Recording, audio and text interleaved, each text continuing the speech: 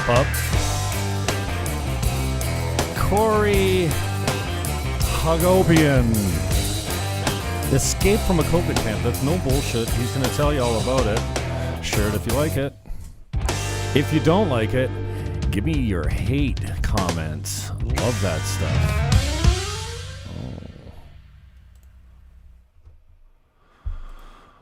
My guest. I shall unmute in a minute as I stop the music. The producer is Klutz here.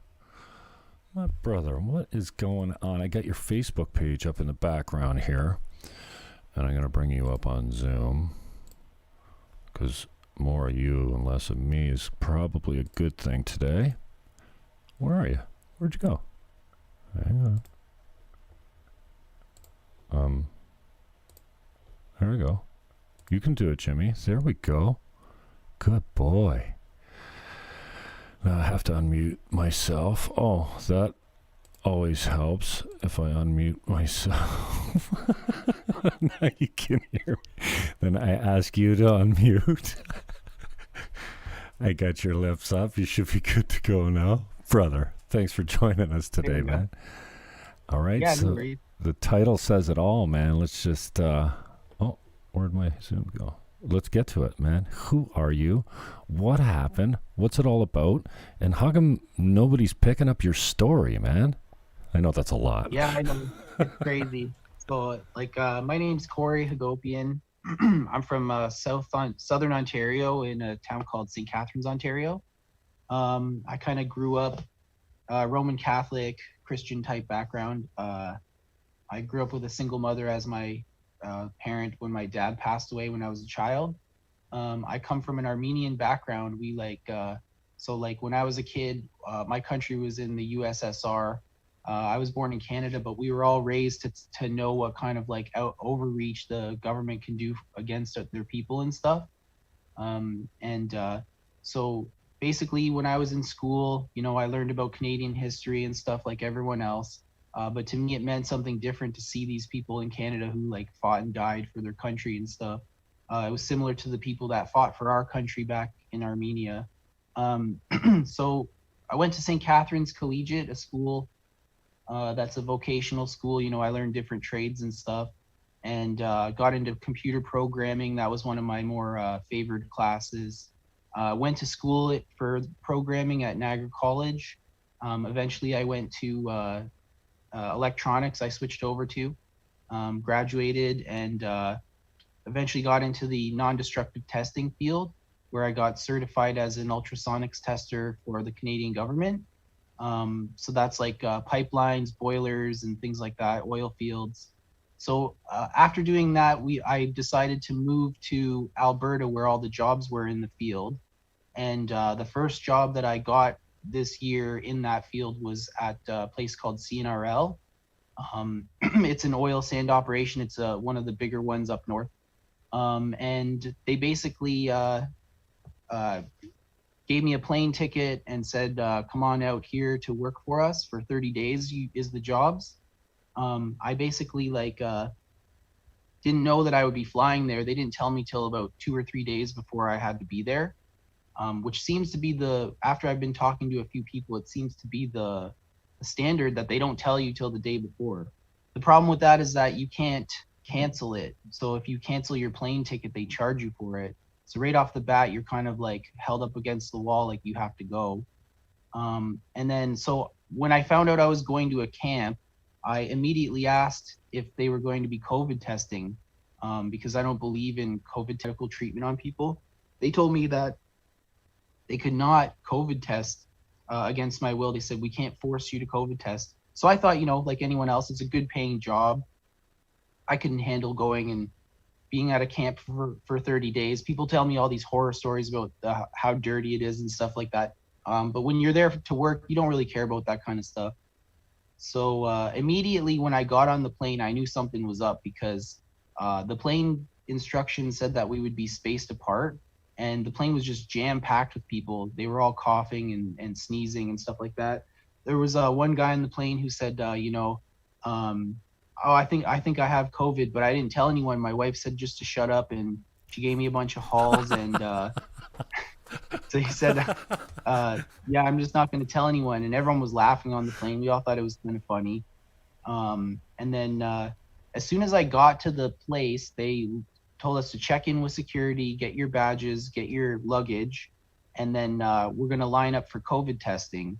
And I was like, I didn't even say anything because I knew if I asked, I could tell that it was security asking and stuff. I could tell immediately that if I asked anything, they would force me. So I just kind of ducked away. I had my room number, my bags and everything. So I just went up to bed, snuck away. And then the next day they kind of asked me, they came to my room and said, did you COVID test? And I said, no, sorry. Like I didn't get a chance to, it was late and had a huge lineup. They were closing at 8:00 and it was like 7:30 when I got there. So I'm just going to go today after work. And so I just hurried away to work and went and sat down in the training class. And one of the other gentlemen that I was training with, he also was against the COVID testing. And me and him both were kind of like, why do we have to COVID test? We asked if we had to do it. And then he said, the trainer guy, he was like, well, we can't, like technically we can't force you to COVID test, but we can force you out of here. You can leave. So immediately I was kind of irate about that, the way they were treating it. And I kind of said, like, well, I'm just going to have to quit then. Like, just give me a plane ticket or a bus ticket and I'll get out of here. And he said, well, we're not going to give you any of that stuff because you might have COVID and we don't. And this is somebody who's on their first day. I didn't have any symptoms. Just because I refused a COVID test, they assume you have COVID at these places. So they said, you're going to have to find your own way home. The problem with that is that there's no buses there. There's no Ubers or taxis or anything like that. And it's a 24-hour walk to the nearest town through the wilderness.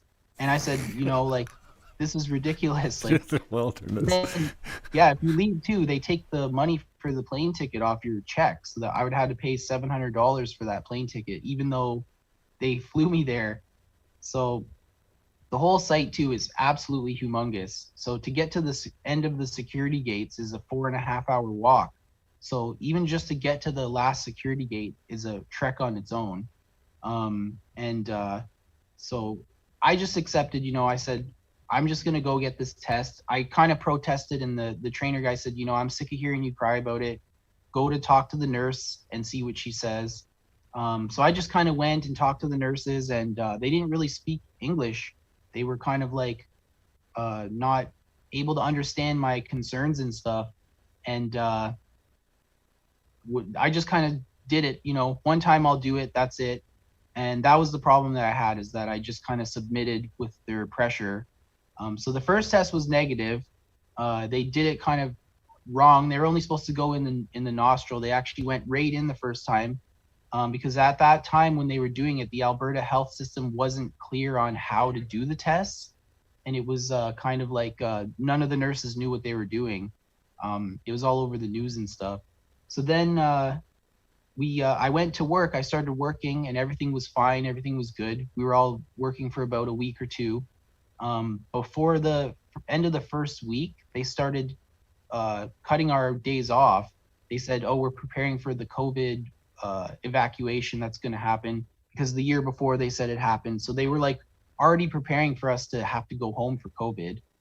And they just like started saying, we're going to have you guys go test once a week.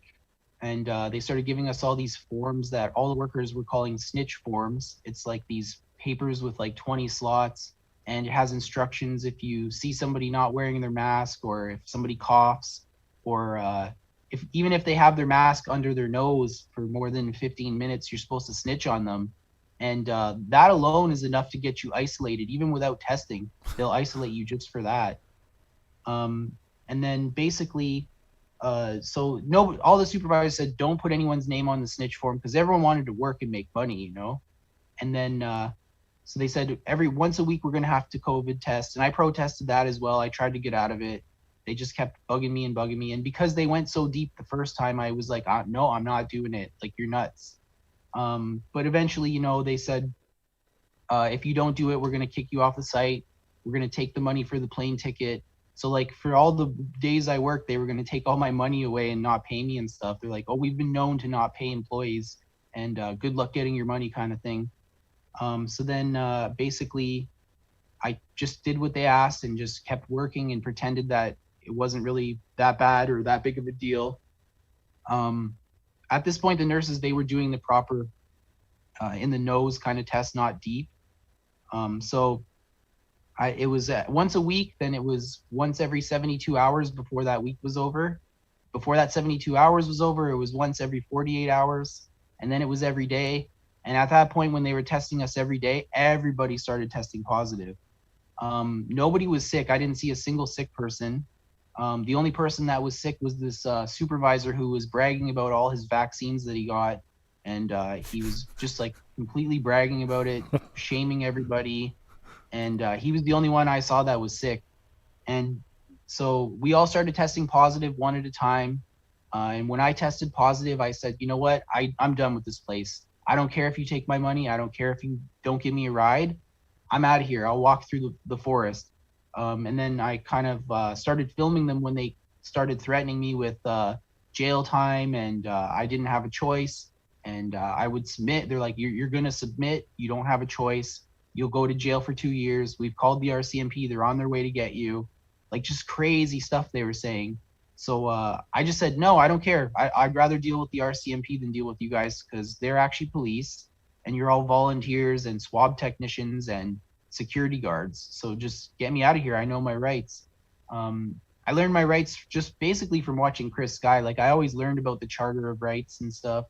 But Chris Sky really summed it up, what you have to say to these people. And it totally worked. They were scared. They didn't know what to say. They were kind of laughing at me and stuff. But once I packed up my bags, so basically I tested positive at the end of a shift. They called me about half an hour later when I was just about to eat dinner. And then they said, you have 10 minutes to pack up all your stuff. You're going to isolation. When they showed up at my door, within 10 minutes, they're ready to get you. I didn't even have time to pack my suitcase or anything. Like, a lot of my stuff, they just kept. They haven't given it back to me or anything. And then they said, come on, you can get your stuff later after you isolate for 14 days or whatnot. And you're going to be tested within the hour. So they totally steamroll you. And I noticed that when I was in the isolation center, they were doing that to everybody. People were coming in at 11 o'clock, 12 o'clock at night, or at like 4 or 5 in the morning. It was never like a time when you'd be like able to make decisions and stuff. Also, so they brought me outside. I said, no, I'm leaving. Point me to the gate. Show me where I have to go to get out of here. They would mess with me by pointing. They'd say, go to that gate over there. I'd walk to the gate. It was locked. Have to walk all the way back. They're laughing at me, say, that gate's locked. They're like, oh, well, I meant that gate over there. So walk all the way to this gate. Locked again. And then I said, I'm going to hop the fence, man. I'm just going to throw my bags over and jump over the fence. And they said, if you do that, you'll go to jail for 2 years. This is a federal defense site. If you climb the fence, it's a federal offense.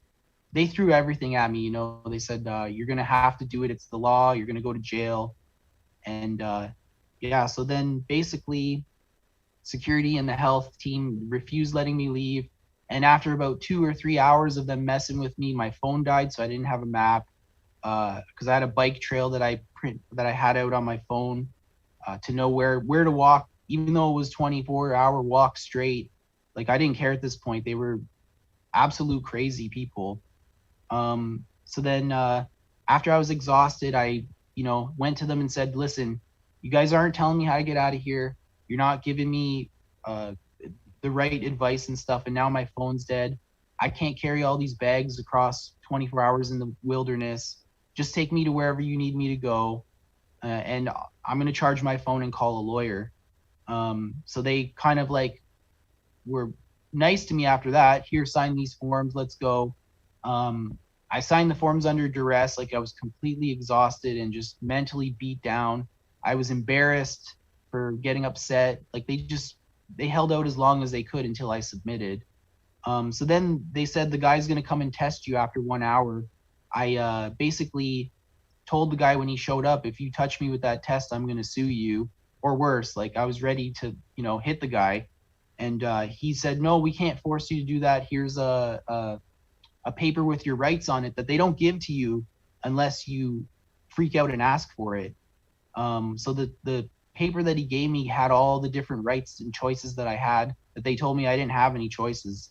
So one of them was to write to the AHS a plan for that I would need to get approved to leave site on my own. And the number one thing was you had to be from Alberta. So all my friends who were from Newfoundland or people from BC even weren't allowed to leave right off the bat. There's no chance of them leaving. And then, basically, they just ignored my emails. They didn't answer me. Once they had me in isolation, they had me. The room was just filthy. There was like, people coughed on the desk beside the bed. I could still see the spit marks and stuff. And the bathroom had like waste on the floor, like human waste and stuff. And if they really believed that it was like people with COVID, they should have cleaned it, because I tested positive on the PCR test, which was not even accurate at all. I wasn't sick. I had no fever. It was just insane. So basically when I was in there too, they fed me different food than everybody because I wouldn't comply. And a lot of people would say like, oh, well, at least you got fed. Like, yeah, it's true. I did get fed. But, when they're feeding you just barley and coffee and peanut butter and jelly sandwiches that are like stale and hard, it breaks you down mentally. And the whole time that I was there, they kept asking me to test, like, oh, if you test, you'll be able to go back to work. And, it's going to shorten your time here if you just go test. And supervisors were calling me, and nurses, security guards, CEOs and stuff from CNRL were calling me and pretending to be other people.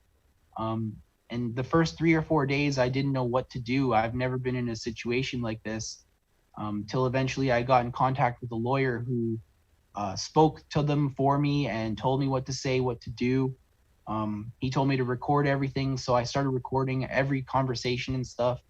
And basically, they let me out after I started doing that and just really being like, I need everything in writing.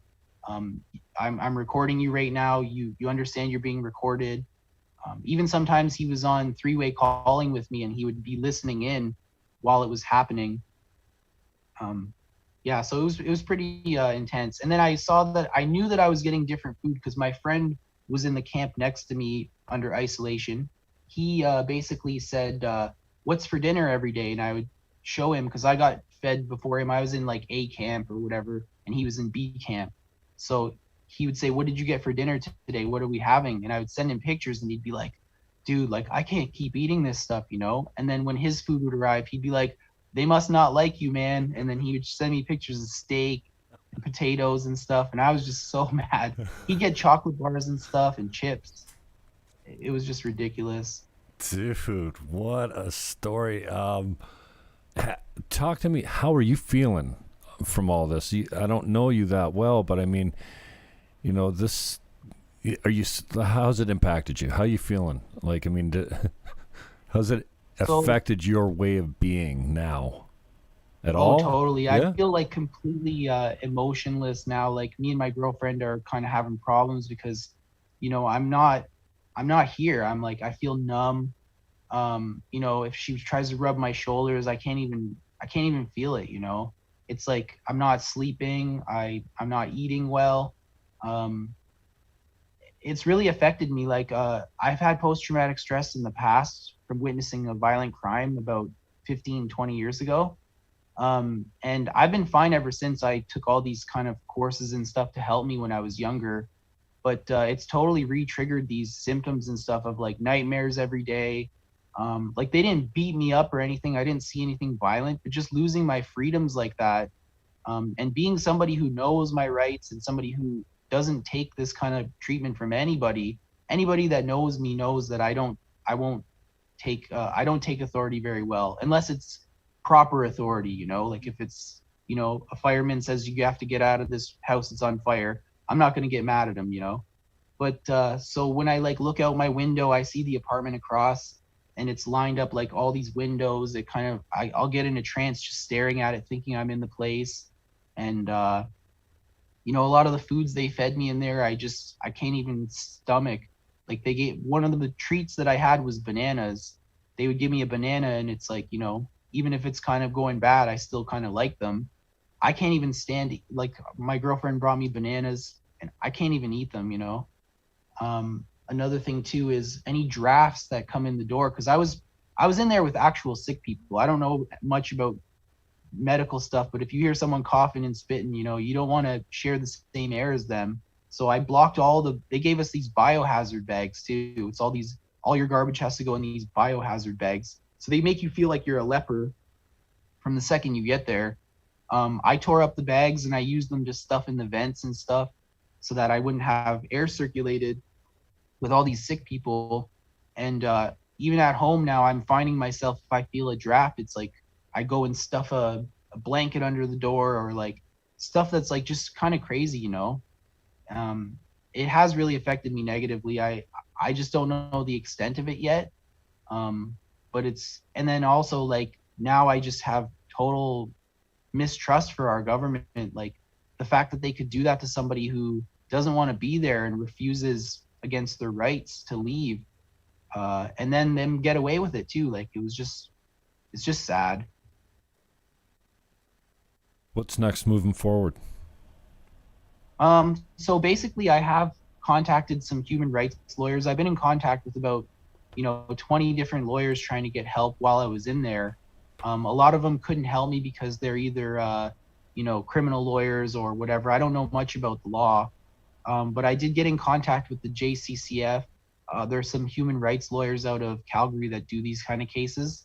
And they're basically doing all the work for me. And I sent them all my evidence. I have lots of recordings and emails and texts and videos, just tons of evidence. I have all the forms they gave me, I kept, and handed them all over. And the last time I spoke to them, they said that I'm not the only person that's coming forward with this. There's about 6 or 7 other people that are involved in this case. And so basically what I'm trying to do is get in contact with as many people who have been through this or who are going through it right now. And if they don't know what to do, or they don't know how to get out like I did, then I need them to contact me, because I know exactly what to say now, exactly what to do. I know the lies that they tell you. I know the stuff that's true. And the RCMP, they told me they couldn't arrest me. They said I could have taken a bus anytime, because they said if you get on a bus, you're flagged now. And if you get on the bus, you're going to go to jail for 2 years just for taking a bus. So like I was going to leave the first day and just hop on a bus as soon as I could, like the 24-hour walk, get on a bus and go home. But I was so scared, and my family was scared. My mom was scared. Everyone was telling me, don't do it. Bears are going to eat you. The wolves are going to eat you. And being from Southern Ontario, like I don't really deal with wildlife too much, but I spoke with these hunters who said, the bears are more scared of you than anything out here because of all the construction and stuff. They don't want to mess with humans. Like there's isolated cases where they do attack humans, but it's mostly because you've fed them so many times and you've interacted with them. But if they just see you walking through, they're terrified of you. So all the security guards said, it's a death sentence if you go through there. But basically I've been trying to contact with as many people as I can. Right. A lot of the people don't want to speak out, and they just comply because they're afraid of losing their jobs and stuff. But the thing is I lost my job as soon as I refused the test. And the other girl who I helped get out of there, she did everything that she was supposed to. The only thing was that she didn't want to stay there, so they let her go. But she got blacklisted as well, and she did everything they asked. So they said she might have a new variant. That's a 90-day variant, so that she can't work there for another 90 days. And then they told me that I had a medical site suspension, and after that would last for the pandemic. But then they told me in the same sentence, they said, but after this pandemic is over, we're not going to hire you back. You're not allowed to come back here. And then after that, I got let go from my jobs I had lined up. I had jobs for May to July and August to October. And both those companies contacted me and said, we don't want you at our site because you refused the COVID test, which they got around discrimination because I work for a contracting company that hires me out to these people. So Okay, both of them, name the employer. They got their butts covered. Name the employer again. So I worked for CNRL, Canadian National Resources Limited, and my company that I worked for was called Acuren, and they've blacklisted me too now. So like I was on good terms with them, but now now they've blacklisted me. So I want to get back to more of the blacklisting if you can go into a little bit more detail about it. But first, what is it about the mask that you're opposed to? Or sorry, not the mask, the test. Like you said, they didn't know how to give them, and I get that she was doing it incorrectly if they're going too deeply. But what's your what's your problem with getting tested or getting swabbed in the first place? So when I was a child, I had surgery on my sinuses and my throat. It's kind of the reason I have kind of like a weird voice. I had a different voice before, and my throat I had tonsils out, my adenoids out, and I had some surgery on my sinuses. I'm not too sure exactly what they did, but I have a large cavity in my face, and it clots on its own without any intervention. I get extreme clotting. Sorry, there's kind of like somebody cleaning in the hallway. You're all good, man. But, so I get clotting that has hospitalized me twice in the last probably 10 years. And the doctors told me that it could kill me at any time. Like, it's such a bad problem that I literally could just die one day from it. So I don't like having anything on my throat, in my nose. And when I told them that, they said they would do a throat swab, which like I also didn't agree to. That's also why I don't like wearing a mask, because I'm also prone to sinus infections. And basically when the first girl did the test and she did it really deep, I started bleeding the next morning. I bled profusely, like a cup full of blood. I went down to tie my shoes and it was just like, and I said that would happen before I got the test. That was the initial reason I was protesting, because I didn't want to bleed. And then I bled for probably 3 days afterwards. It just was like a slow bleeding. And my sinuses haven't been the same ever since. Like, yeah, that's basically why I don't like wearing masks or the swab. Dude, I'm sorry. I hate to laugh, but this seems like an absolute, like a nightmare from beyond. Like, you can't write this stuff. This is stranger than fiction, man. This like, I don't know. I mean, you seem like a legit guy. I was introduced to you from a friend that I trust. And I just find myself, even when you're talking about your PTSD, and I'm sorry, man. I just don't mean to minimalize it, but all I'm left with is this stupid grin on my face because can't believe what I'm hearing when you're telling the story. Yeah, I know it's kind of a tragic comedy. You know, I have a good sense of humor with stuff. So when this stuff happens to me, which my whole life has been kind of tragic, when my father passed away at a young age is really when I got a true taste of what life is all about. So it's been rough. But I mean, I'm kind of a strong-willed individual, and I just kind of gone through everything and just kept going, laced my boots, get back to work kind of thing. So yeah, I appreciate, like, you know, I understand it's like when people are like, oh my God, and they kind of laugh and stuff. I understand, because life is a tragic comedy, you know. We've got a guest that's joined us. Danielle, thank you. Have you got your lips up yet? I can't see. Can I hear you? Checking. There you are. Yeah, I know we hear you. Hey, thank you for jumping on. I didn't know, but this kid is so fond of you. I must say I am as well. You're one of the what I refer to as the three queens. Bad description, but you'll take it because you're not on social media, so you can't defend it yourself. I can say whatever I want about you anonymously, but you hooked me up with this guy, and he's really grateful and fond of you for like helping him out. And I had you touch him up again last night. Comment on like what's going on here, man. I'm blown away by it. Well, yeah, I mean, it is. It's really crazy. We hear these stories, and it's like you're describing a movie that you saw, and it's hard not to laugh at the absurdity of it, but then you get hit with the reality of it, and it's like, this is really scary. It's really messed up, and you know, we've been inundated with this entertainment of World War II. It's not real to us. It's entertainment. We think of these things as exciting the way you think of wanting to be like a Hardy Boy. And so you hear about these things and it's like, wow, cool. Like you went through that. And it's like, no, it's not cool. And it's like, oh, good, people are hearing your story. And it's like, well, I'd rather not have the story to tell. So it's totally scary. And yeah, I feel for Corey, and I think he's really brave for coming out and saying these words and saying the name of this employer. And it's really messed up what our government has allowed, just the fact that these resource companies who owns them, that they're just like, oh, you sign up for work? Yeah, now you're a slave. Like, it's really messed up that the government doesn't step in. They're not knowing what's going on in these places, obviously. And I'm sure there was bad practices before all this, and they use COVID as a big excuse.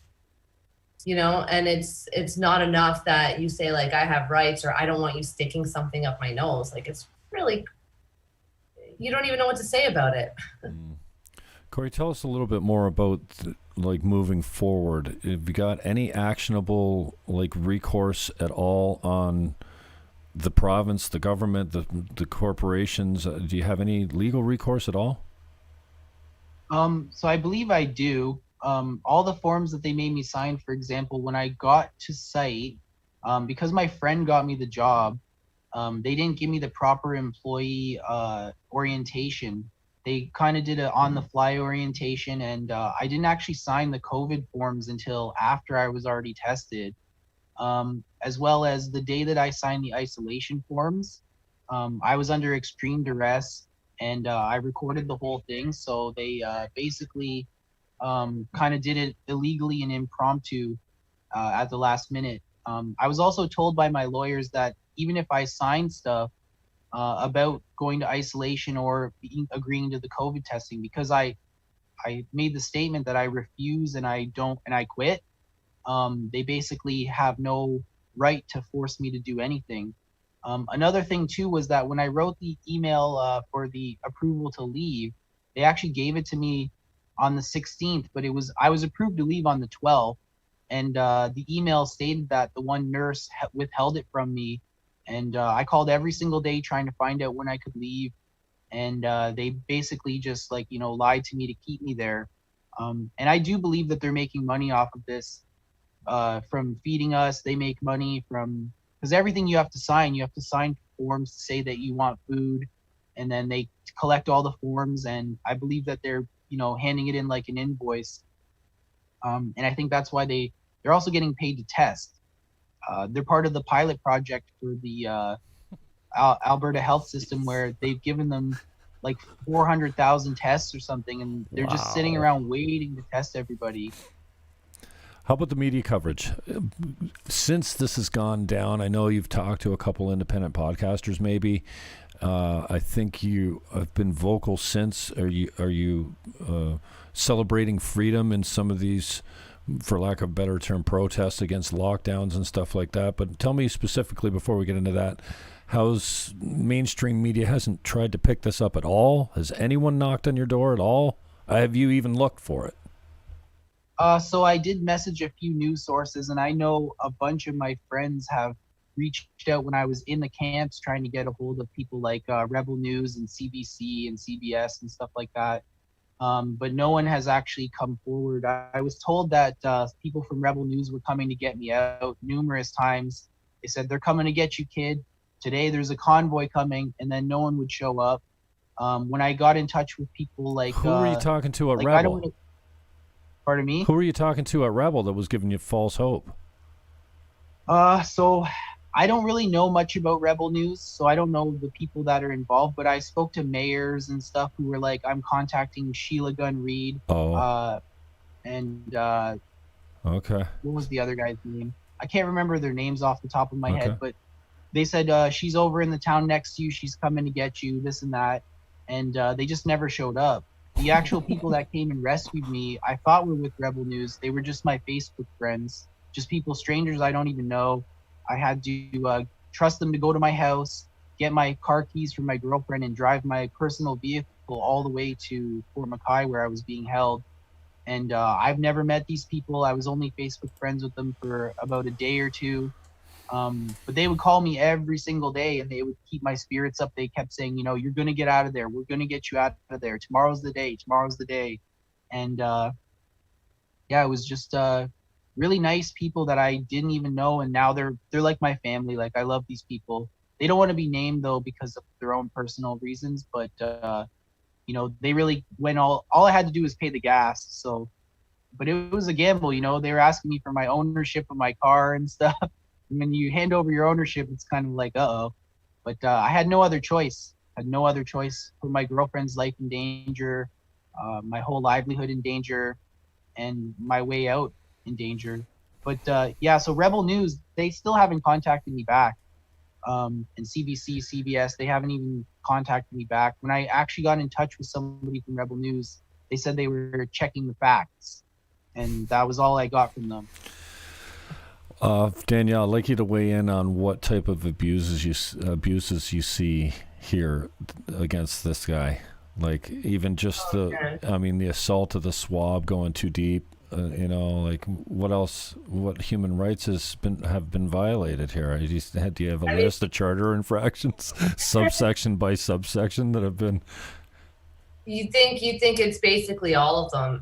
It would be all of our fundamental freedoms, and it would be unlawful detainment, and you're allowed to refuse medical treatment, let alone a test. You could have your leg broken and refuse a cast. You could be bleeding out and refuse a Band-Aid. And so to think that you can't refuse anything else is just it's a crime. And what's crazy too is I brought up Corey in my delegation. And none of those counselors took a moment to ask. I was grilled on my credibility, but nobody said, well, hold on a second. You mentioned that someone from St. Catharines within our region was detained. Can you elaborate on that? Wow. So it's not even just like your personal rights when these things are happening to you, but also like the right to be heard and the freedom of the press who won't go near this. So that's being infringed upon too, is the freedom of the press, because they don't want anyone to know any of this. And that's why they need to give the media more money right now. So I haven't gone over right by right with Corey on what's gone down, but it's very obvious when you go to a job, you should be able to refuse unsafe work.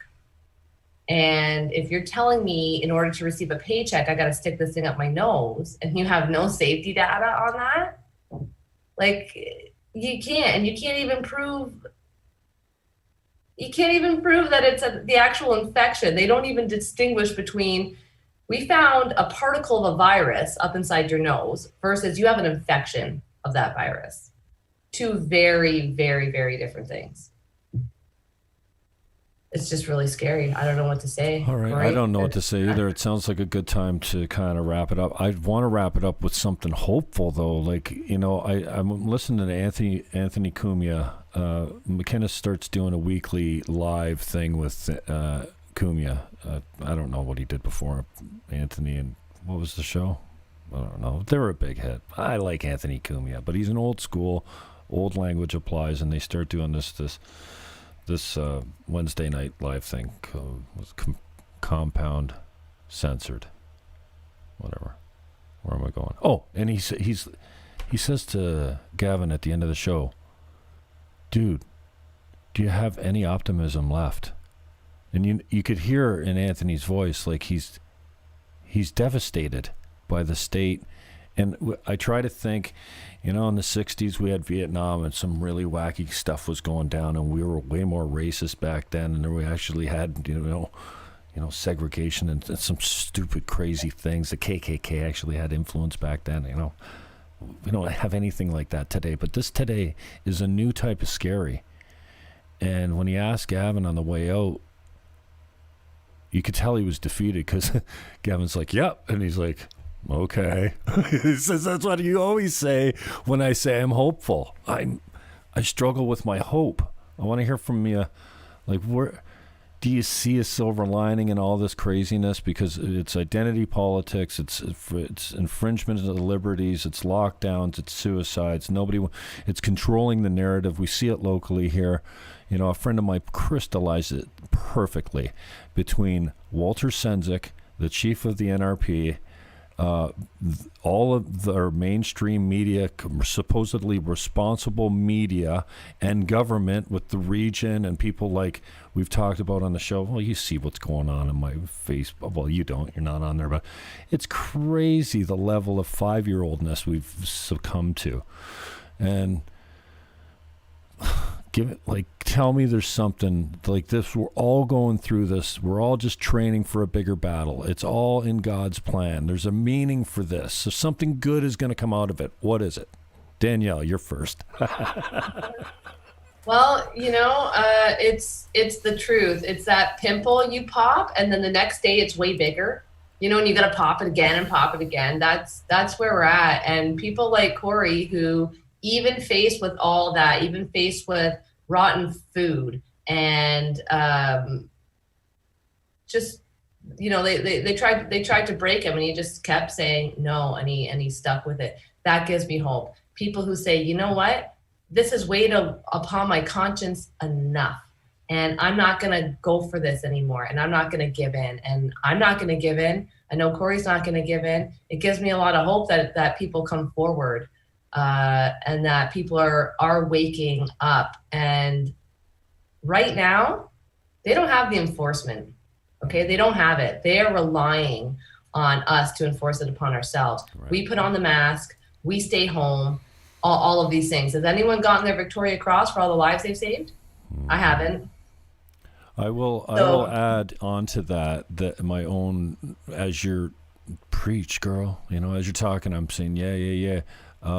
I refuse to believe that even though so many people are indoctrinated now into a false narrative that are not doing their own research, are just falling in line, breaks my heart. I hate to keep saying that, but I really suffer from it because I love people, and I hate to see them masking children. I hate to see them buying into lies like white cops are indiscriminately hunting black men in the States. It breaks my heart that anyone could believe all of that.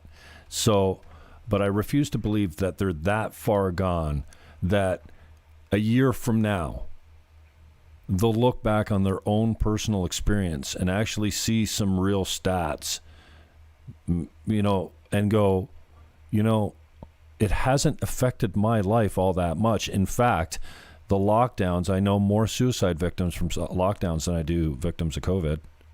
I have a couple people that told me quietly off the record that they had it. They've since come public about it. But, I mean, one of my friends works in public health. She's recovered from COVID, tested positive, had a few days of not so great symptoms. And here's the other thing. 50% of us that get COVID don't know we get it. We're asymptomatic or naturally immune. It's just like West Nile. Nobody was talking about the fact that 80% of the people that got West Nile virus showed no symptoms. You didn't even know you had it. Anyway, now I'm rambling. Where was I going? Oh, yeah, I refuse to think that the humans are that far gone that they won't, excuse me, be able to look back and realize that the impact on their life has been nothing, not even like zero. And then the lockdown measures, the hysteria, right down to we're seeing some scary shit like shedding of vaccines with women's cycles. I'm not a guy that gets hooked on conspiracies, but some of the stuff is insane. The statistics on miscarriage will be horrifying, and we will see that also in population when. If schools are around, when we see that enrollment for those couple of years where there's just, they don't have it. Anyways, that's more the negative. I want to say that I refuse to believe that people's lived experience will finally be what rules their life moving forward. And you might get a little bit more of this to the man because the man doesn't know what's best for me. Corey, when I met you, we were out front of the Niagara region last year, and I believe that was the second time we were out. So the first time we were out, there was about 30 of us, I would say. The second time when I met Corey, I believe there was about 100. That was not quite a year ago. It was in the summer. Well, now we're going out. I mean, Jim Fannon, you can attest that we went from 100 people to maybe 1,500, 1,800, 2,000. So we're seeing that now where people have just had enough, and the weather is nice. They want to be outside. They feel good. We haven't had an outbreak related to us or anything like that. I'm out there living my life. I'm not dead. You guys aren't dead. I haven't had a sniffle. Actually, if anyone knows where I could get a sniffle, let me know. I can't find one. You can buy one for the right price. Sniffles are for sale everywhere. Corey, just on the way out, I really appreciate you, one, for being vulnerable. I could see the emotion in your speech, man. It's like, but on the other hand, if I'm playing devil's advocate, before I get your message of hope, let me just say, what do you got to say for the people like, oh, fuck this guy, he's been looking for attention his whole life? Or like, seriously. And I didn't know the PTSD thing, man. That's serious business, man. I don't understand that, because I don't think I suffer from that, not at a severe level anyways. So that's huge. I didn't know that your medical condition actually gives you every reason in the world not to stick a Chinese 6-inch swab into your brain cavity, for lack of a better term, So, but just as devil's advocate, I'm not coming from that angle, obviously, but maybe there's the people out there that'll say, nah, this guy's just looking to get picked up by get a story out or whatever. Activist, A lot of people have said that kind of stuff to me. There's a lot of naysayers who they say, I've worked at this place for 20 years before in the past, and it was bad, but it was never anything like that. I'm the last person that I would think this would happen to. Literally, Danielle, when she met me and when we got in contact with each other, we kind of laughed. We said, how the heck did this happen to you? And basically what I have to say to those people is that, I went through it, and I don't want anyone else to go through it. That's the only reason, the only motivation I have is what they made me feel like in there, knowing my rights and not wanting people to be taken advantage of. So these people who deny me and say anything, I give them my email address and I say, if you ever get in these camps, contact me and I'll drive there myself and get you out. Like, that's basically my stance, is we have to come together. And then for the message of hope kind of thing is, I went to my first rally. I've never spoken. I'm not someone who's in the limelight. I don't even like pictures of myself being taken. Like, for me to be on an interview face to face with somebody on video is absolutely horrifying for me. But the drive that I have to get this message out is worth more than anything I've ever done in my life. And basically, I've been, contacted by numerous people who are in the same position. They validate me by saying, I got goosebumps from hearing your story because it's the exact same thing I went through, but I was too scared to lose my career. I was too scared to, come out and have repercussions. And basically, I'm just getting out there to tell you, that these are empty threats that they're doing. Like, you might lose your career, you might get blacklisted, but you're not going to be working anyways if you get isolated. They don't pay you for isolation. And then, like my friend Ashley, who she lost her job anyways. She did everything they asked and she still lost her job. And I've got friends who stay in the camps just because they don't know how to cook and they want they want free food every day. Like, that's the kind of mindset that these people have that are compliant. When it comes down to it, where they're going to force, like, say, a vaccine or whatever they're going to do, even like ventilators they might, put on you. If it comes to that, man, like, I'm willing to come and get anybody at any time to rescue them. And I don't care what happens to me or what kind of nefarious publicity I get. I don't really mind, because there's always 100 people that are telling me, good for you, good job. This is what we need. We need people to come out. And when I spoke at the rally, every single person there already knew me. This is my first time in public. Everybody knew me. Everyone knew my story. And they all kind of talked to me about their lives and and it's just being surrounded by intelligent people who have the same kind of mindset. And they're open-minded and it's just an amazing feeling to be surrounded by these people. And it's more and more every day that are waking up to this. And It was just absolutely amazing. Like back in Ontario, like Danielle said, there's so many people that are speaking up. Out here in Alberta, it's only like 20 or 30 people. So I hope that when I go out there and talk, that it's, you know, going to help people kind of wake up to this. But yeah, my thing is that, you know, stories like mine and other people who go through stuff like this, like Chris Guy getting arrested and stuff, it's opening people's eyes. Slowly but surely, people are waking up. And that's really all I care about. You know, I don't get paid for this. I don't get any kind of like monetary gain. I actually am working as a pizza delivery guy now when I have like all these degrees and stuff. So it hasn't been good for me at all. So yeah, basically I'm free to help anybody at any time. That's just kind of who I am. So. Oh, Danielle's going to cry. Me too. What? No, I mean, seriously, that is a pretty emotional story. And I didn't spend enough time with you to get all the details on it. But when you hit on the PTSD, man, it's heartbreaking that you could be triggered in that way, and that our own government would not step in, and that the media wouldn't report on it. I mean, that's not so surprising, I guess, if you know what the media is like. Well, they don't have the funds, right? Right, Jim? You know, they don't have the funds. And that's why Chair Bradley so graciously is going to write a letter, you know, and get them some money. Mm-hmm. All right, brother. How can everyone get a hold of you? And I don't think you don't have a GoFundMe or anything like that. I don't know. Maybe you should start something like that. I know that's not kind of your style, but you're going to have some lawyers' fees that you got to pay for. No? I mean, as you keep rolling here, people are going to want to know how they can send you some coin, even if it's for dinner or something. I'd like to buy you a beer. Here's $10. Here's a case. You know what I mean? I don't know if you're a drinking man, but yeah, how can people get a hold of you if they want to touch you up or give you some love or support you in any way, I guess?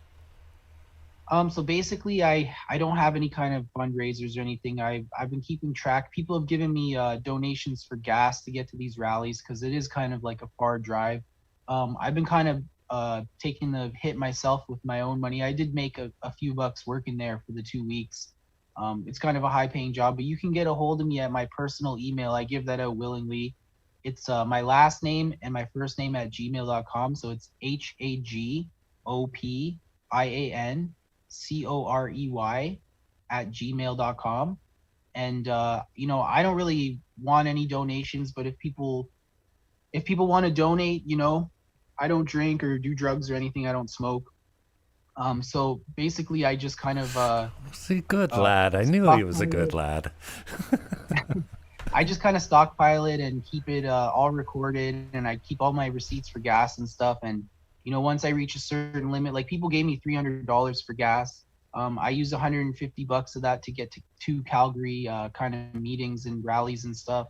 And now I'm just kind of focusing on the Edmonton scene just because I don't want to use all the money for only 1 or 2 protests. So I'm using it to get to like different ones in Edmonton and for ones I'm speaking at. And I go meet and greet people, and because I'm just trying to find other people that are in the same position as me. And people can also email me at that email. It's my personal email address for anyone who's stuck. Like I get all these tips all the time from whistleblowers. And so far, they've all been correct. It's insane. People don't believe me when I share them, but then, you know, when the day comes where they're going to do this at this day, it actually happens. So I appreciate everyone's reaching out to me. And, you know, have so many Facebook friends now that are all open-minded. But yeah, just basically, you know, I tried to start a Patreon where I was going to like do videos and stuff. But the second I finalized it, I got banned off of Facebook, Instagram, Patreon. Wow, like, nice. Good, totally man. banned. Oh, so you've been sent. Really? Did Yeah, they take a YouTube I got account I from got you most too? of them back. Did you? Okay, good. Yeah, I got most of them back. Wow. But even my Indeed got erased, my resumes and everything. It was really strange. So I had to start a new Indeed, right? I have backups of it, so it wasn't that hard, but it was crazy. Wow. You're a hero, man. Roddy says, oh, for heaven's sakes, write your email on a piece of paper and hold it up to the camera so we can catch it. We'll put it in the remarks. Todd. Awesome, man. Well, I really appreciate the time. I don't know that we've left anything out here. We've gone at it from all angles. Danielle, I appreciate you coming in to your conversation on it as well. And moving forward, I wish you the best of luck, brother. I don't know what else. Thank Maybe you so much. yeah, if there's thanks for having me. You know, it's just about the message and getting everyone together. So I appreciate everyone. You know, all the people who come to the protests, they're all heroes in my eyes. I just went through it. You know, I'm just preventing other people from going through it. That's the real heroes, man. You know, I never really said I had anything to protest, but I'm getting kidnapped on Saturday, and I think I'm appearing at my second one this year. I emceed the first one. I got some love letters from Michelle Brown yesterday, Danielle. Yeah, some little green love letters. Yep. Oh, well, what can you do? At least I got the paper now, finally, because anyway. Brother, I love you. Thank you for the time. Good luck. If you want to get picked up if you got a new development, I'm really interested in your lawsuit moving forward, and if more people are jumping on board, how they can help out, or how, even better, if you've been affected, if you're a victim or a target of this type of behavior by your company, man, get a hold of my man. So Danielle, thank you for the hookup. I appreciate that. Love you too. And I'm just going to sign off now by saying goodbye to everyone else. As we say goodbye, I say goodbye to you as well. Adieu, adieu. Anything else you want to say before we go? Anyone? They're all mum. This is when you say, oh yeah, I know, you got a rant. Here's my speech. Okay, I love you too. Peace. Get off my computer. I'm out of here. End meeting for all. Later, bro. That's how you do that. My thanks to the kids who came out today. That was Corey, Hagopian. Hagopian. He says it's more like a Hagopian.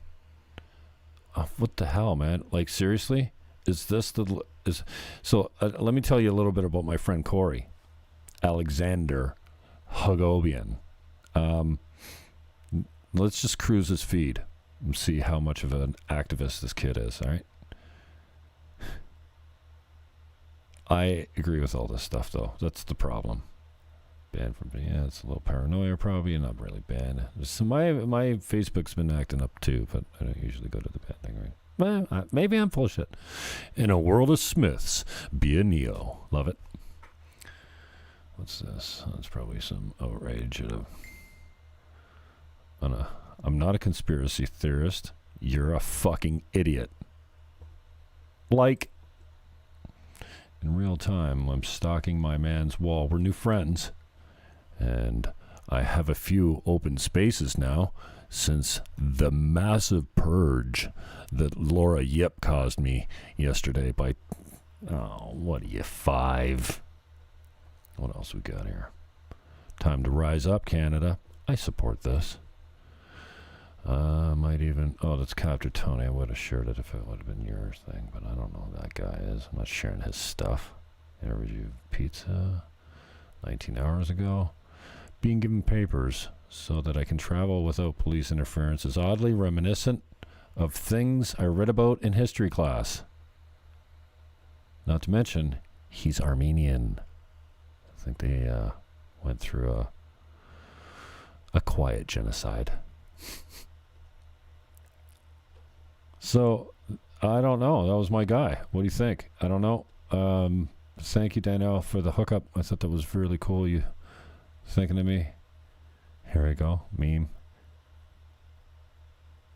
Yeah, we're holding your hair, babies. We're holding your hair. You come around.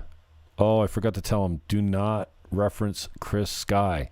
You want to reduce all your credibility? Tell everyone that Chris Sky's a friend of yours, or you look up to him, or he kind of course, I'm being tongue-in-cheek, but you get what I mean. Chris Sky is a freedom fighter. Okay, so I guess I got to come back out here tonight for a Jim Fannon show. Well, because that's what I do Thursday nights. And I guess, you know, Laura Yip will be on my lips because, well, what a better place for Laura Yip to be than on my lips. After 208 comments edited to add, can you believe, you know, the purge is on. even though I did enough broadcasting for today. And I think I did a 14-hour broadcast yesterday. I turned that Joe Biden speech into a 14-hour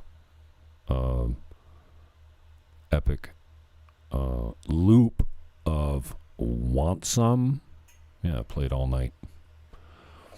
It's cool. So I guess we'll hit this tonight. We have the video. We have the receipts. Your comments did not go unnoticed, Laura, before you took it down. Oh, yes, the defamation, the libel that you were responsible for generating on your wall because you can't put it away. You can't put it down. You can't say no to the media. Man, I feel sorry for you, dude. Anyway, yeah, the purge is on.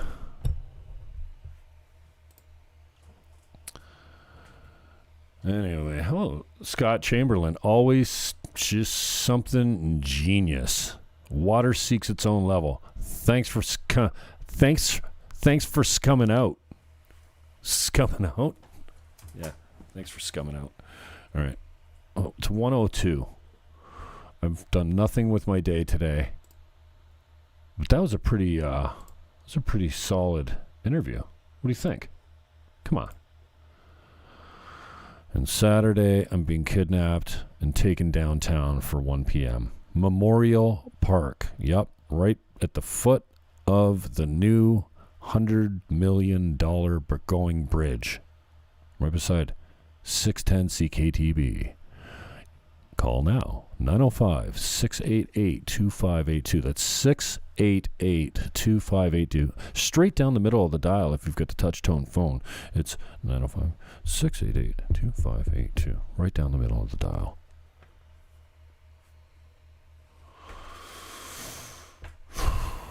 And now,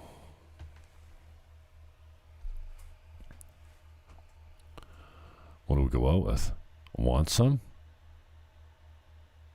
I could do it. You're going to have to ask, though. All right, peace. Love. Now, take that mask off. Go out. Knock on your neighbor's door.